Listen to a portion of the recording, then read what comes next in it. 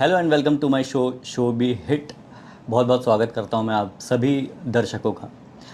आज हमारे बीच में एक ऐसी शख्सियत मौजूद हैं जो आर्मी से बिलोंग करते हैं।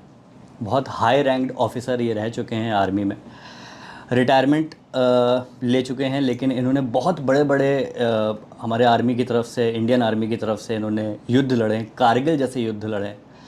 137 टेररिस्ट को इन्होंने मार गिराया है। और हम स्वागत करना चाहते हैं मिस्टर MS बिष्ट का। बहुत बहुत स्वागत है आपका थैंक हमारे यू। शो में। Thank you. तो सर, पहले तो आपको बहुत बहुत मैं धन्यवाद कहना चाहूँगा, जो आपने हमारे देश के लिए, हमारे लिए, हमें पता नहीं चलता जब तक हम मिलते नहीं हैं। और क्या क्या आर्मी वाले करते हैं, रियल हीरोज़ सर आप ही लोग होते हैं। उसके लिए तो मैं बहुत बहुत धन्यवाद कहना चाहता हूँ। और आज फिर से मुझे ऐसा लगता है जैसे देश में कुछ ऐसी परिस्थितियाँ उत्पन्न हो चुकी हैं। कश्मीर के पहलगाम में 28 टूरिस्ट्स को कुछ टेररिस्ट ने मार दिया। बेगुनाह लोग, मासूम लोग, उनकी जानें चली गईं। तो मैं चाहता हूं कि आप पहले तो इसके बारे में हमें कुछ बताएं कि एज आर्मी ऑफिसर आप क्या कहना चाहते हैं इसके बारे में। सबसे जो ज़्यादा टूरिस्ट कहाँ आते हैं, जी। कौन सी जगह पर आते हैं? तो पहलगाम, नेचुरली ये सारा कश्मीर घूमता है आदमी तो पहलगाम जरूर जाता है। वो कहते भी हैं मिनी स्विट्जरलैंड। जी। ओके। जी। तो उन्होंने यही चुना। जिस दिन सबसे ज़्यादा टूरिस्ट वहाँ पर होंगे, वायसरान एक जगह है वो पहलगाम में, थोड़ा जी। ऊंचाई पे है। जी। वहाँ अक्सर खच्चर से जाते हैं अच्छा। और वो जगह उसी को मेनली मिनी स्विट्जरलैंड के नाम से जाना जाता है। तो उस दिन इन्होंने प्लान किया जी। कि ये प्लान जो भी करते हैं, जो आका उनके बैठे हैं पाकिस्तान में, हम्म। वो उनको ऑर्डर देते हैं। हम्म। जो एज पर प्लान, वो स्लीपर सेल होते हैं सब यहाँ, अच्छा। जो वो महीनों से यहाँ रहते हैं। जी। और विथाउट लोकल सपोर्ट वो कुछ नहीं करते हैं। लोकल सपोर्ट होता ही होता है।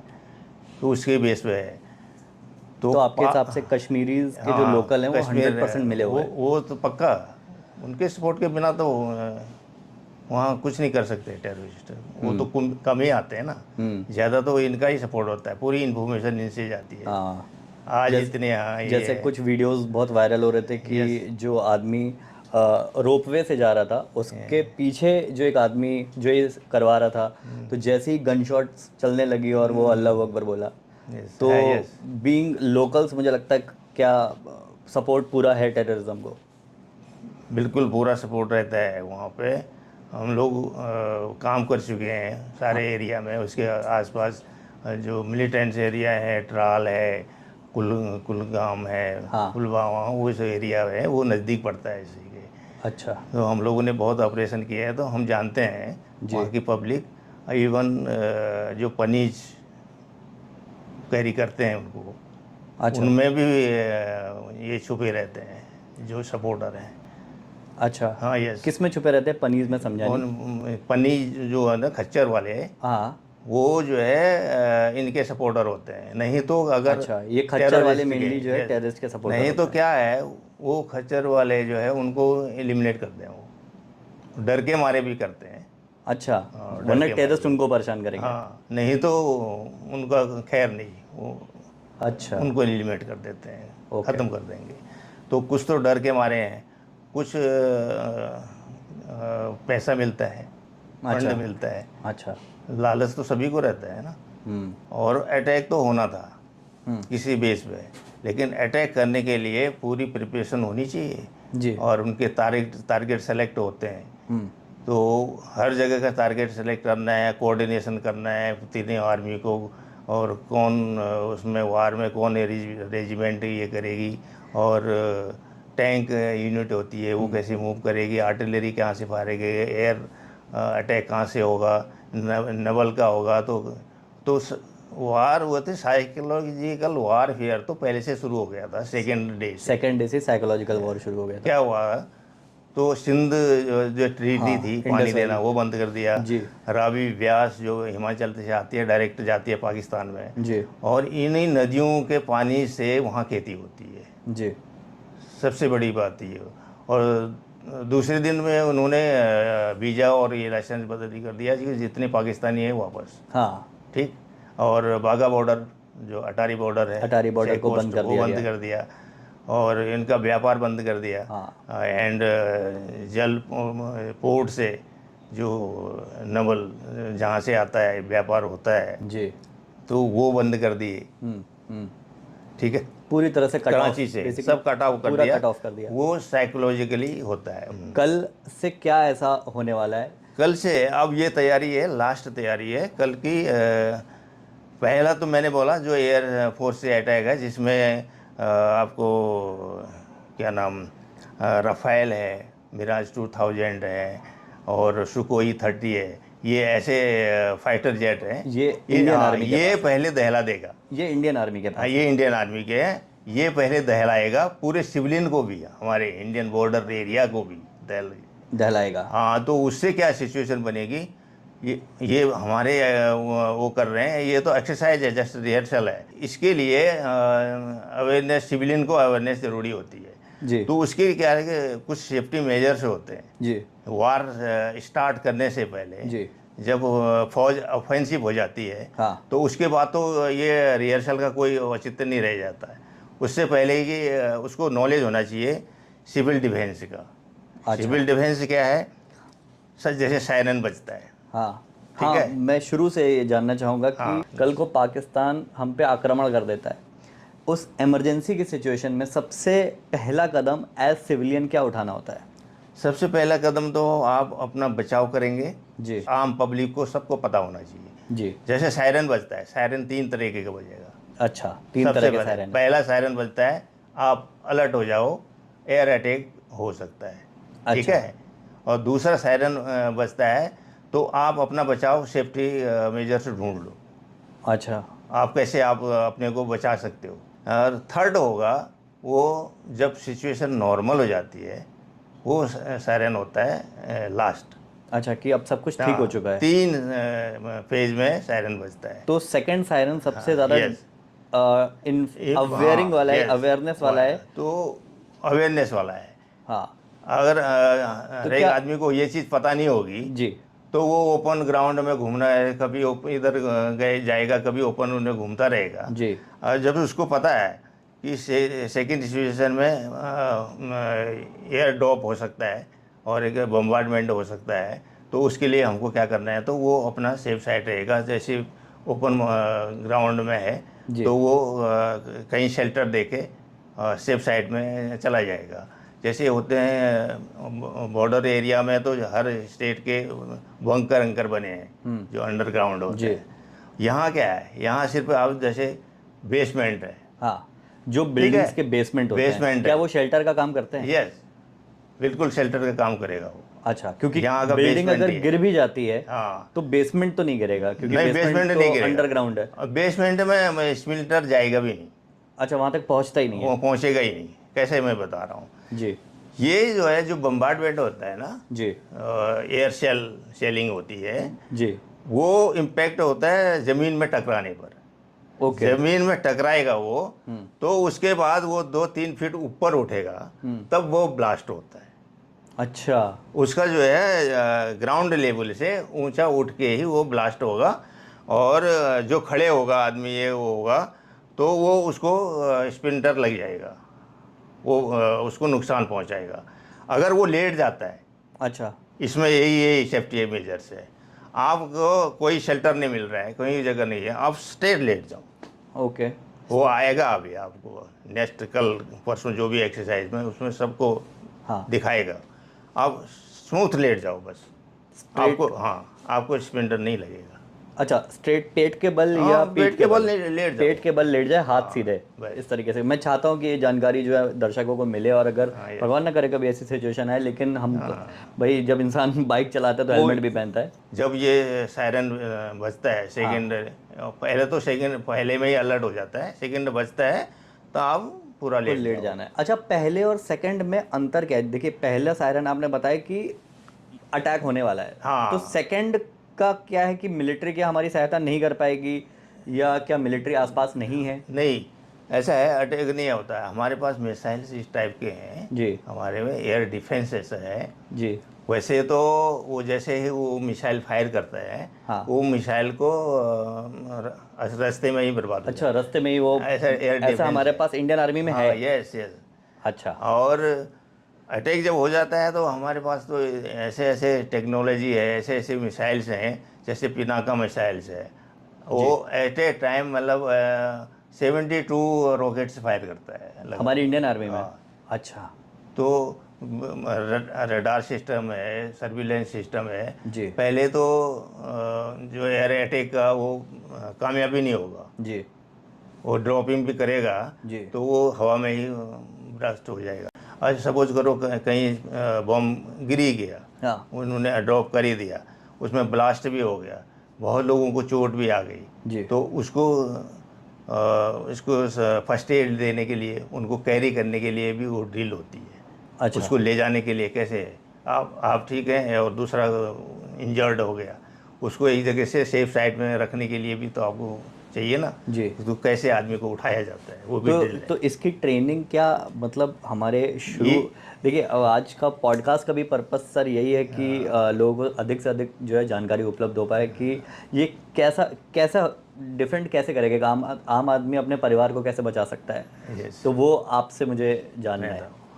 आज आदमी परिवार को हर एक आदमी इसमें ट्रेंड हो जाएगा। इसमें इसमें कब सभी जो है, एनसीसी है जी। और आरपीएफ है, जी। एनडीआरएफ है, सीआरपीएफ है, जी। ये ऑर्गेनाइजेशन इसी काम के लिए अभी यूटिलाइज होंगे, सब जो सिविल यूटिलाइज में होंगे? ये काम करेंगे। तो ये सब आम आदमी को ट्रेन करने जहाँ वाले हैं?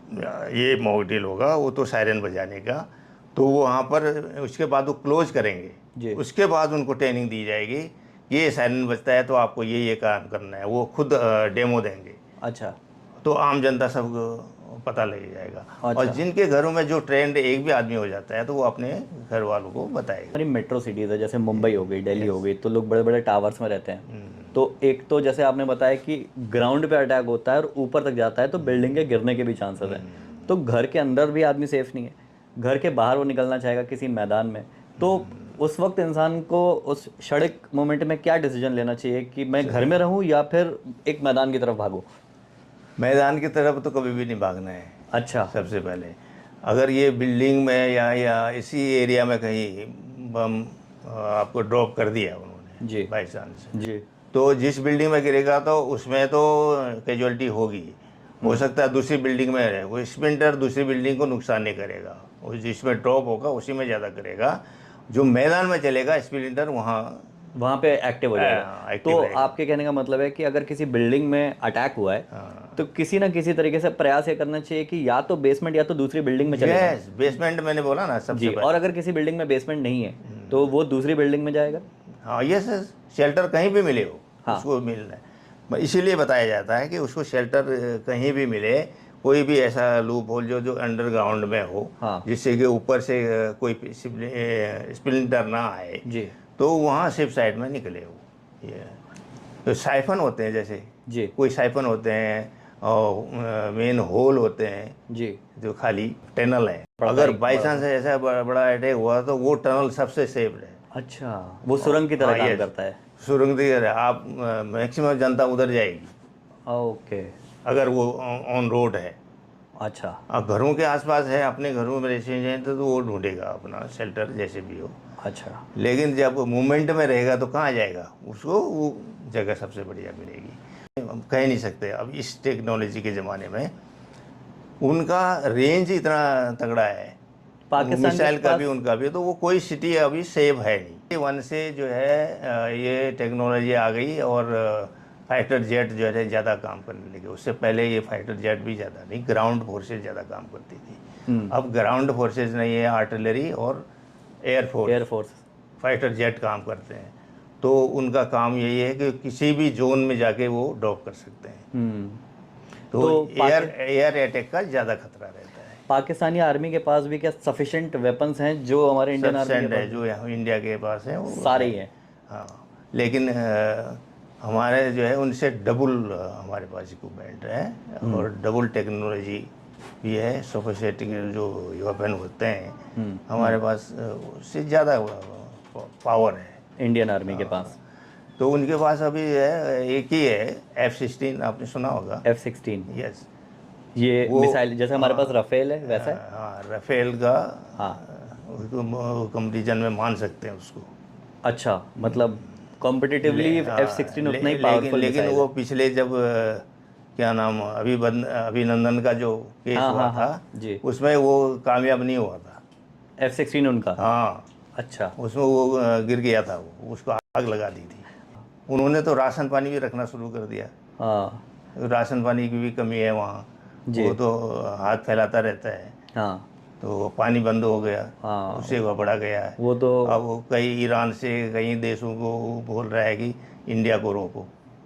भीख मांग रहा है। उसका तो वैसे ब्लैकआउट क्या है, किस तरह से ब्लैक आउट, फंक्शन हाँ करेगा ये? Yes, that is the good point. हाँ ब्लैक आउट लोग जानते नहीं, जी। वो जस्ट नॉर्मल। ब्लैक आउट क्या होता है कि एनिमी के टारगेट होते हैं बड़ी सिटीज़, जहाँ सबसे ज़्यादा लाइटिंग होती है, उनके टारगेट होता है। वो टारगेट है रात को जो है, ऑपरेशन ज़्यादा अटैक जो होते हैं रात को होते हैं। अच्छा। ये जो कन्वेंशनल वार में होते हैं, जी जो एयर अटैक होते हैं वो रात को होते हैं। जी। एयर अटैक में क्या चाहिए कि उनको जो है पिन पॉइंट हम्म टारगेट चाहिए। हम्म। तो अगर पूरा बम्बई जो है ब्लैक आउट हो जाएगा, कहीं एक लाइट का कोई वो नहीं दिखेगा, तो उसको पूरा सारा अंधेरा दिखेगा, ठीक है। अच्छा और कम से कम थोड़ी सी लाइट होगी तो यहाँ पर जो है पॉपुलेशन होगी करके वो बम्बार्ड करेगा। अच्छा। तो इसलिए ब्लैक आउट किया जाता है उसको, लोगों को आदी करने के लिए। जी। लोगों को यही, यार ब्लैक आउट हो गया, कहाँ जाएं किधर आए, वो घबराए नहीं। हम्म। तो पूरा पावर ग्रिड से कट हो जाएगी लाइट। तो गवर्नमेंट ही कट कर हाँ देती है वो, यस, वो वहीं से ही कट हो उनको जाएगा। ज़्यादा पूरी पूरी इन्फॉर्मेशन वहाँ जाएगी ना सबसे पहले, हाँ। कि ऐसा होने वाला है। और वो हर एक पब्लिक को बताने वाली चीज़ें नहीं होंगी। सही बात है, और पब्लिक कितना ही लेकिन सपोर्ट करेगी। लेकिन रिहर्सल में जो है, मॉक ड्रिल में है, वो बताया जाएगा कि आप अपनी कि तरफ से इतने कुछ। बजे से इतने में ब्लैकआउट होगा। अच्छा। जिससे उनका, जैसे ही ब्लैकआउट का कोई सायरन बजेगा या कोई इंडिकेशन मिलेगा, तो अलर्ट हो जाएंगे, यहाँ ब्लैकआउट है, इतने से इतने बजे तक वो लाइट आएगी नहीं। हम्म। और अपना सेफ साइड रखो, बस होगा, एक जगह बैठे हो, घर जी पे बैठो या कहीं, ये वो अपने आप सजग करने के लिए। जी। अच्छा, एक तरीके से जैसे अभी आपने बताया कि F-16 जैसे जेट से उनके पास, या बहुत सारे ऐसे मिसाइल्स होंगी जो बहुत टेक्नोलॉजी से लैस होंगी, यस, तो ऑफ कोर्स वो एक टारगेट तो ऑलरेडी सेट कर देते होंगे। सबको पता है मुंबई कहाँ टारगेट है, पहले ही, हाँ सबको यस। पता है मुंबई, मतलब मुंबई कोई छोटा सा शहर तो है नहीं, सौ नहीं नहीं किलोमीटर 100 स्क्वायर किलोमीटर में फैला हुआ यस एक यस। शहर है। तो वो तो ब्लैकआउट मतलब अंधेरे से कैसे वो डाइवर्ट हो सकते हैं, वो तो उनको पता है कि उधर मिसाइल नहीं, गिरानी है तो गिरानी है। एक्यूरेट नहीं कर सकते। ब्लैकआउट का मतलब ये है, हाँ एक्यूरेट ये है। तो उसके नक्शे में ग्रेट रेफरेंस होते हैं उनके, जी। GR होता है, हाँ और जिनका जहाँ अटैक करना होता है। लेकिन उनका इंस्टॉलेशन में मेनली होता है डिफेंस सेक्टर में, जी। जिससे कि वो लड़ने की क्षमता ख़त्म कर दे। अच्छा। ये मेनली जो है आर्मी की, वहाँ की आर्मी हम्म। वही सिलेक्ट करेगी टारगेट पहले, जी। जहाँ पर हमारे डिफेंस सिस्टम को ख़त्म किया जाए, जिससे कि वो जो है आगे, जैसे एयरफोर्स स्टेशन है, तो पहले सबसे पहले एयरफील्ड वहीं पे है, अटैक यस, करेंगे पहले ताकि। वही होगा। हमारा भी वही उद्देश्य रहता है। जी। जैसे हम लोगों का उद्देश्य ये भी रहेगा, जैसे हाफिज़ सईद है, उसके अड्डे कहाँ हैं, हाँ उसके अड्डे पहले से ही रोज़ जो काम करती है, हाँ तो वो अड्डों का पता लगता है। जैसे अमेरिका ने बिन लादेन को उड़ाया था, हाँ किसी को भी पता नहीं था हाँ। वो कहाँ छुपाया था, अंडरग्राउंड था, वहाँ से ड्रॉपिंग करके उसको बर्बाद किया। पाकिस्तान से ही शायद वो भी वैसा पकड़ा गया। सिचुएशन पहले आएगी, जी। क्योंकि हम लोगों ने टेररिस्ट के नाम से जो है ये वार हो रहा है। हम्म। टेररिस्ट का जो ट्रेनिंग कैंप है। और अभी सुनने में आ रहा है, ये आ रहा है थोड़ा इन्फॉर्मेशन, कि आर्मी के कंटोनमेंट में अभी वो छुपा हुआ है। कौन छुपा हुआ पूरे है? आर्मी में हाफिज सईद, हाफिज सईद, जो आका है इनका, जो टेररिस्ट ग्रुप का। पूरे टेररिस्ट ग्रुप का। और वही करवाता भी है ना जो ये। हाँ। तो सबसे पहले उसको बर्बाद करने का है। अच्छा। जितने भी है ये 26/11 जो बम्बई अटैक हुआ था, उसी ने कराया हम्म। ना। जी। तो उनको है, उनके ट्रेनिंग कैंप है, 42 ट्रेनिंग कैंप तो उनके POK में है, हाँ ठीक है। जी। और मुजफ्फराबाद है, क्वेटा है, हाँ। ठीक है, और बहावलपुर है, ये सब वो है पीओके के अंडर में है। अच्छा। पीओके को लेने के चक्कर में दूसरा है आपका बलूचिस्तान का नाम सुना होगा जी आपने। जी बिल्कुल। बलूचिस्तान पूरा इंडिया के फेवर में रहता है, क्यों बोलो? क्यों? बलूचिस्तान के वो अपने को आज़ाद करना चाहता है, जैसे बांग्लादेश आज़ाद हुआ। अच्छा। क्योंकि वहाँ की आर्मी, वहाँ की सरकार बलूचिस को मतलब दबा के रखा है, डोमिनेट करके रखा है। अच्छा। और वहाँ बीएलए एक है, बलूचिस्तान लिबरेशन आर्मी, हम्म। वो पाक आर्मी के ऊपर अटैक करती है। अच्छा। अभी कल ही अटैक किया उसने आईडी ब्लास्ट से, जी। 14 लोगों को आर्मी के उनके आर्मी के मार सैनिकों दिया। को मार गिराया जी। है। जी। तो वो तो चाहते हैं हाँ। हमको आज़ादी मिले। हाँ। उन्होंने नारा भी दे रखा है, जी। आज़ाद बलूचिस्तान। अच्छा। तो ऐसा सिचुएशन वार होगा, थोड़ा लंबा चलेगा, लेकिन आज़ाद हो जाएगा, बल मेरा जो कॉन्सेप्ट है। हाँ। बलूचिस्तान अच्छा। जैसे बांग्लादेश आज़ाद कराया है, जी। सेम वो सिचुएशन आने वाली है। अच्छा। तो इतना बड़ा कुछ न कुछ होगा। हाँ, जब कारगिल का युद्ध हुआ था तो उस वक्त श्री अटल बिहारी जी जो है प्रधानमंत्री थे, वो भी बीजेपी की ही उस वक्त सरकार थी, और इस वक्त भी अभी बीजेपी की सरकार, और माननीय नरेंद्र मोदी जी हैं। तो आपको क्या लगता है इस बार पाकिस्तान का नक्शा मिट जाएगा? नक्शा तो ऑलरेडी मिट ही जाएगा, क्योंकि बलूचिस्तान आज़ाद हो जाएगा तो वो नक्शे से हट ही जाएगा। नहीं तो वो अपने पीओके हुआ ये हुआ अपने हाँ। नक्शे में न करते हैं ना। हाँ। इसी बेस में बोला गया है वो, हम्म। कि बलूचिस्तान आज़ाद हो जाएगा और पाकिस्तान का अपने आप ही नक्शा कम हो जाएगा। और पूरा नक्शा तो अब हो गया था, लेकिन ये बोलने वाली बात है, अपने आप ही अच्छा, ऑटोमेटिकली एक हो जाएगा। और इम्पोर्टेंट क्वेश्चन मेरे दिमाग में आया। मोदी जी ने सारी पावर आर्मी को दे दी है इस वक्त, यस। कि आप अपने हिसाब से हैंडल करिए सिचुएशन। या आप भी आर्मी ऑफिसर रह चुके हैं, तो क्या थॉट प्रोसेस है इस वक्त आर्मी का? वो किस तरह, क्या वो वेट कर रही है पाकिस्तान का कि वो अटैक करे नो इसलिए नो हम नो करें, या फिर वो अटैक भी कर सकती है नहीं सीधा? नहीं नहीं, वो किसी का वेट नहीं करना है। आर्मी और नेवी एयरफोर्स का अपना कोऑर्डिनेशन होता है, जी। कि कौन कब का अटैक करेगा, उनके टारगेट सेलेक्ट होते हैं। जी। और आर्टिलरी कहाँ से कवरिंग फायर देगी, जी। कहाँ से कौन से सेक्टर से अटैक करना है, ये बहुत सीक्रेट, टॉप सीक्रेट में आते हैं। जी। वो अपनी प्लानिंग होती है। तो आर्मी अपनी तरीके से, उनका डेली कोऑर्डिनेशन मीटिंग चल रही है, अच्छा। और डेली जो है वो इन्फॉर्मेशन जाती है पीएम को। और पीएम का जो मेन राइट हैंड है अजीत डोभाल है, जी। एनएसए, जी। National security advisor. जी। और जो पहले के जो सर्जिकल स्ट्राइक हुए थे, हाँ। सर अजीत डोभाल के उसमें हुए थे। अच्छा। जो पहला हुआ था उड़ी के बाद जी। सर्जिकल स्ट्राइक, जी। ग्राउंड फोर्स ने किया था। जी। और दूसरा हुआ था पुलवामा के बाद, जी। आपका एयर अटैक हुआ था, जी। एयर स्ट्राइक हुआ था, एयर स्ट्राइक हुआ था। ठीक है। तो बालाकोट जो हुआ था। हम्म। तो ये सब जो है, क्योंकि वो आदमी पूरा सिचुएशन पूरा उनको, उसके बाद जीआर हैं और कहाँ ट्रेनिंग कैंप हैं, पूरे पाकिस्तान का नक्शा उसके उसके पास है, उसके पास है, जहन उसके में। दिमाग में। सर एक सवाल, मेरे जितने सवाल हैं वो देश की जनता के सवाल हैं, क्योंकि हम सब एक हिंदुस्तानी हैं और सबके मन में कुछ ना कुछ एक इस तरह के प्रश्न उठ रहे हैं। देखिए, पाकिस्तान के पास हो सकता है इंडिया से कमज़ोर आर्मी हो, कमज़ोर मिसाइल्स हों, कमज़ोर जेट्स हों, लेकिन वो भी एक न्यूक्लियर कंट्री है और इंडिया भी एक न्यूक्लियर कंट्री है। और कहावत है ना कि मरता क्या ना करता। अगर पाकिस्तान को लगा कि हम तो वैसे भी ख़त्म होने वाले हैं, तो क्यों ना मार के हम ख़त्म हो, उनके यहाँ तो वैसे भी मानव बम का रिवाज है। तो अगर इस तरह की कभी सिचुएशन क्या आ सकती है कि न्यूक्लियर अटैक कर दे वो 123, मतलब अगर मैं गलत नहीं हूँ तो शायद 180 न्यूक्लियर बॉम्ब्स जो है इंडिया के पास है, और 123 उनके यहाँ खाना नहीं है लेकिन न्यूक्लियर बॉम्ब है, तो यस वो यस। क्या अटैक कर सकते हैं? ऐसी सिचुएशन आ सकती है? देखो, न्यूक्लियर बम कोई भी कंट्री यूज नहीं कर सकता। ऐसे यूज़ नहीं कर नो, सकती? क्योंकि ये इंटरनेशनल एक ट्रेटी है, यूएनओ में हाँ। इसका पॉइंट है। वो इंटरनेशनल न्यूक्लियर ट्रेटी है। हाँ। उसमें ये सब हुआ है कि कोई भी कंट्री न्यूक्लियर वेपन रखेगा, हाँ। लेकिन उसको यूज नहीं करेगा। अच्छा, तो कभी कोई यूज़ ही नहीं कर नहीं, सकता है? यूज नहीं कर सकता है। वो सारे बाकी कंट्रीज है उसके अगेंस्ट हो जाएंगे। अच्छा। और इंटरनेशनल जो ट्रीटी है, उसका उल्लंघन होगा। ओके।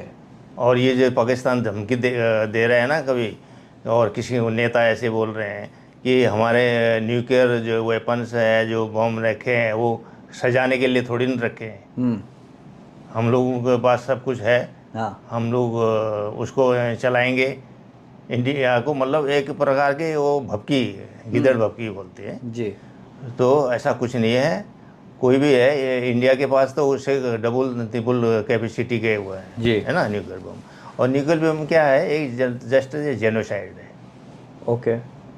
जहाँ भी ये गिरेगा, जैसे पाकिस्तान में हुआ था, वहाँ मतलब मिट्टी तक नहीं रहती है, और वो जल जाता है। और आदमी की तो बात दूर है, वो ऐसे केमिकल छोड़ता है तो आदमी मतलब कभी जीवित नहीं रह सकता, वो वातावरण खराब कर देता है ना। जी। तो न्यूक्लियर बम जो है वो जेनोसाइड है, तो इसको अलाउ नहीं किया है कहीं भी।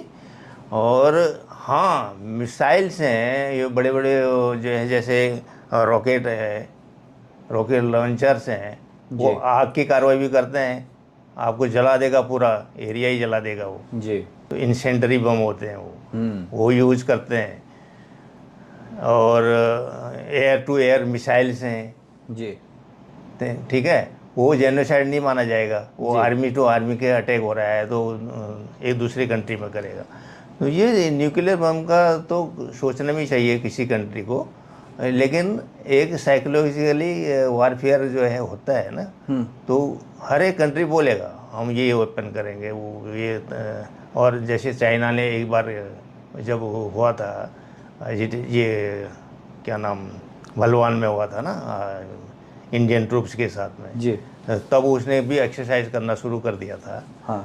तो अपने जहाज़ों को उड़ाना, ये वो सभी कंट्री करते हैं एक अच्छा। दूसरे के लिए, जब अच्छा, युद्ध कैसे लिए। पाकिस्तान के बहुत सारे अथॉरिटीज़ ने तो यहाँ तक बोला है कि हम तो जब जंग के मैदान में उतरते हैं तो शहीद होने के लिए ही उतरते हैं, और जो जो उनके शायद उनको पढ़ाया भी, वो तालीम भी वैसी दी गई है। Yes yes. तो प्रश्न मेरा यही है कि पाकिस्तान जैसा देश जो कि मरने पे ही उतारू है, जब उसको पता है तो फिर काहे की ट्रीटी, किस बात की यूएन मेंबरशिप, या वो किसकी सुनेगा, क्योंकि उसको पता है मैं तो ख़त्म हो रहा हूँ, मैं तो वैसे भी ख़त्म हो जाऊँगा।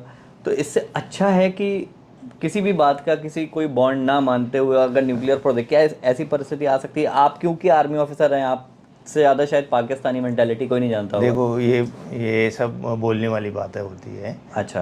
कोई भी कंट्री पूरी तरह से नष्ट नहीं होता है। जी।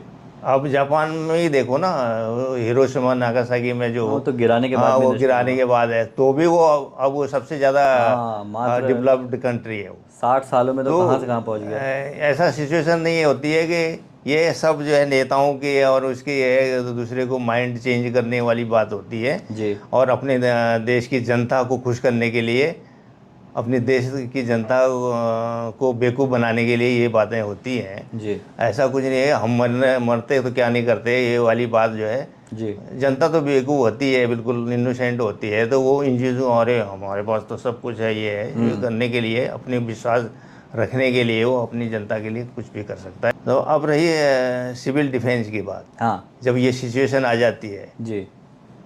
न्यूक्लियर के तो हो गया क्लियर, हाँ।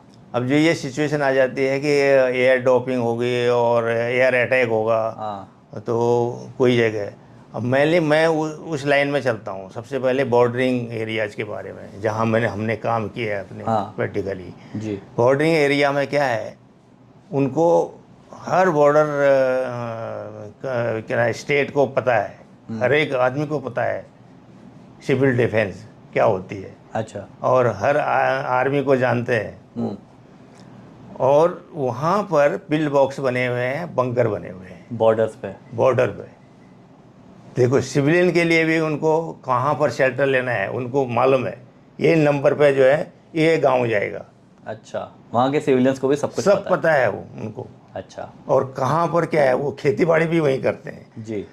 वहाँ बॉर्डरिंग एरिया में खेत में अंदर ऊपर में खेती होती है, जी। नीचे बंकर बने हैं। हम्म। हम लोग तो वो बंकरों में रह के आ गए, अच्छा। क्योंकि पता नहीं लगता है, सिर्फ लूप होल रहता है, सिर्फ वेपन रखने के लिए और थोड़ी ऑक्सीजन के लिए। बाहर से ऊपर से कोई दिखाई नहीं देगा, ये खेत हैं बस। अच्छा। तो सारा बॉर्डरिंग एरिया में है ये है। जब ग्राउंड फोर्सेस मूव करती है तो, और जब अटैक हो जाएगा कहाँ जाएगा, वो उन्हीं बंकरों में है। और जैसे सिविल में कोई गांव है, नज़दीक बहुत बड़े गांव है, उनका क्या है, उनके हर गांव का बना हुआ है। आप जब एयर अटैक होगा, ये होगा, उनको बताने की ज़रूरत नहीं है, अपने आप उस पॉइंट में पहुंच जाते हैं। तो वहाँ की अवेयरनेस है। अब रही आपको सिविल सिटीज़ की बात है, अब मुंबई में अवेयरनेस है ही नहीं, क्योंकि वो सोचते हैं हम तो बिल्कुल सेफ साइड में हैं, लेकिन अब के जो जो युद्ध होगा अब वो भूल जाइए। अब सेफ साइड, कोई भी बड़ी सिटी सेफ नहीं है अब। सेफ तो कोई भी नहीं है अब नहीं है। हाँ 1971 तक ये था। हाँ। उसके बाद इतना डेवलपमेंट हुआ है, इतनी टेक्नोलॉजी आ गई है, क्यों कहीं सब भी बम डिजिटल हो सकते हैं। गया है। हाँ, आपको बोफोर्स लो है, बोफोर्स में मैनुअली कभी ऑपरेट नहीं होता, आपको वो मालूम है। ऑटोमेटिक पे लगा है।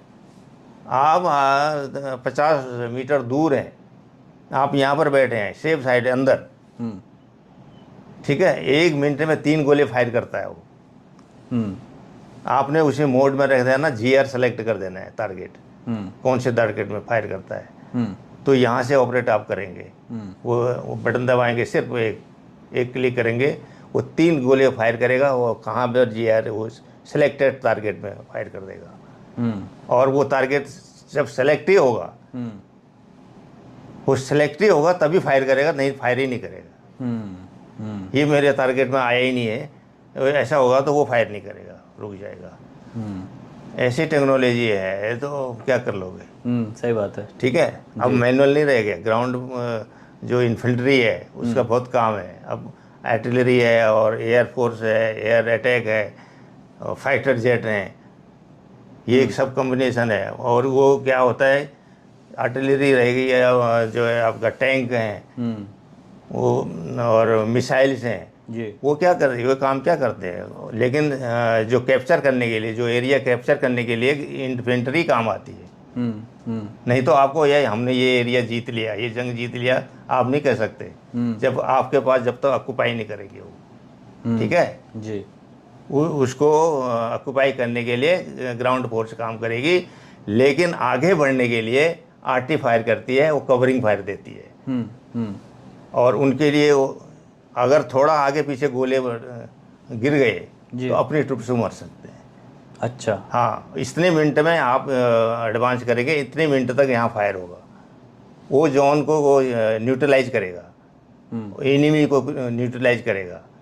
वहाँ से उसको न्यूट्रलाइज कर दिया, तब ग्राउंड फोर्सेस अपने आप पता लग जाएगा इतने मिनट का हमको कवरेज फायर मिलेगा, इस दौरान हमने मूवमेंट नहीं करना है।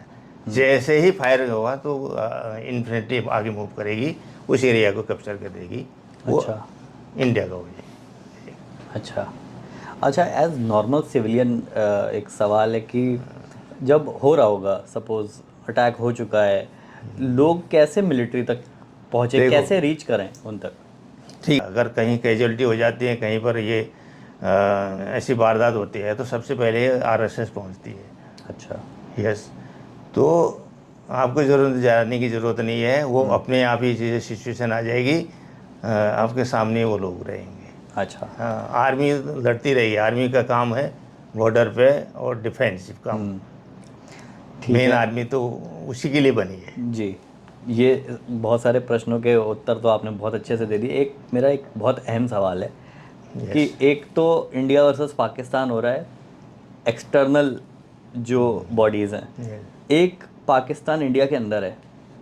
तो अभी जैसे मोदी जी ने बहुत सारे पाकिस्तानियों को देश निकाला करवा दिया है, लेकिन हज़ारों की तादाद में मुझे लगता है कि अभी भी पाकिस्तानी घूम रहे हैं, जो इस वक्त गुमशुदा हैं, घूम रहे हैं इधर उधर। तो जब अटैक्स हो रहे होंगे तो वो तो अंदर ही अंदर दीमक की तरह और खा रहे होंगे, हिंदुओं को मार रहे होंगे, मुस्लिम्स को भी मार रहे होंगे। तो उनसे कैसे बचने का क्या कोई उपाय है? क्योंकि आप बीइंग आर्मी ऑफिसर, आपने भी मतलब बहुत सारे जब आप गोली चला रहे होंगे तो कभी कभी ऐसा भी होता होगा कि कोई तो एक उधर का भी एजेंट, तो कैसे इनसे बचा जाता है, ये दीमक से कैसे बचे जाए? ये दिमाग से बचाने के एक ही उपाय है, जो अभी ये मोदी जी ने कर रखा है ना जी। स्क्रूनिटी बोलते हैं इसको। आप जो है दूध का दूध पानी पानी जो बोलते हैं, हाँ अब वो हो रहा है हाँ, कि अभी तक तो आप किसी को पता नहीं था इतने पाकिस्तानी इंडिया में हैं और लाखों उन्हें थे। शादी करके इधर है, हाँ और हाँ, यहाँ की नागरिकता जो 20 साल वोट कर 25 साल रहे हैं, से, 20 साल 25 साल 20-20 से साल से वोट कर रहे उन्होंने, हैं।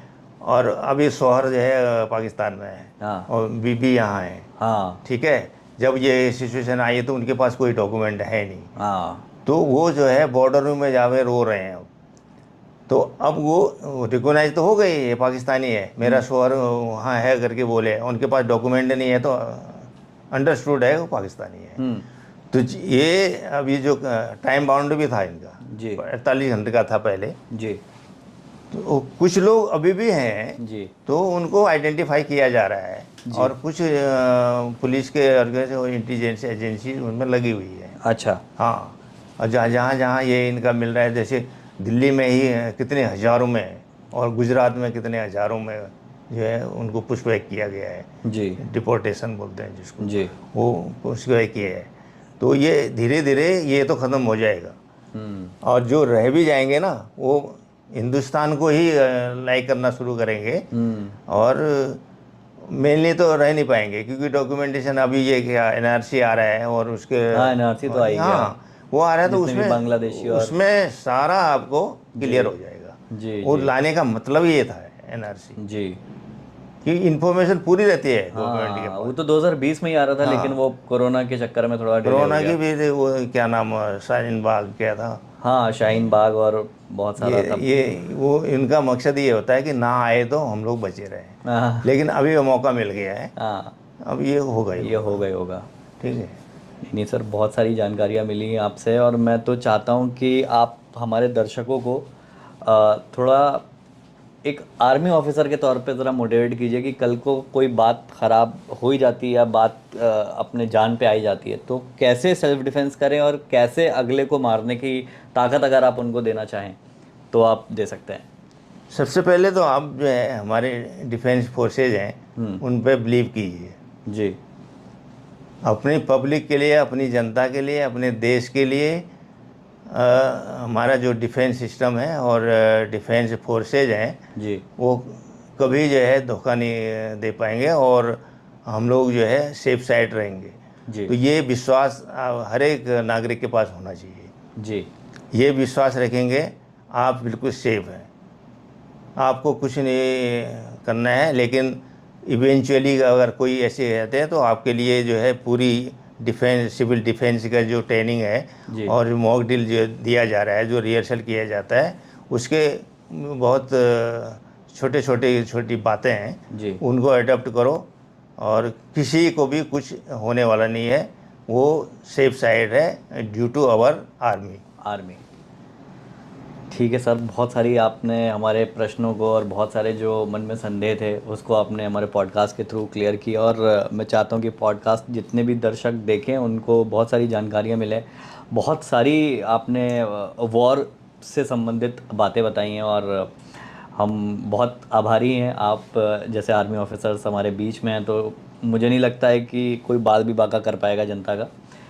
बहुत बहुत धन्यवाद आने के लिए, बहुत बहुत आपका आभार। आपका भी बहुत बहुत धन्यवाद, एक आर्मी अफसर को पहले टाइम जो है आपने पॉडकास्ट में बुलाया। जी जी आपको भी बहुत बहुत धन्यवाद जी इसके लिए। Sir, thank you. जय हिंद सर।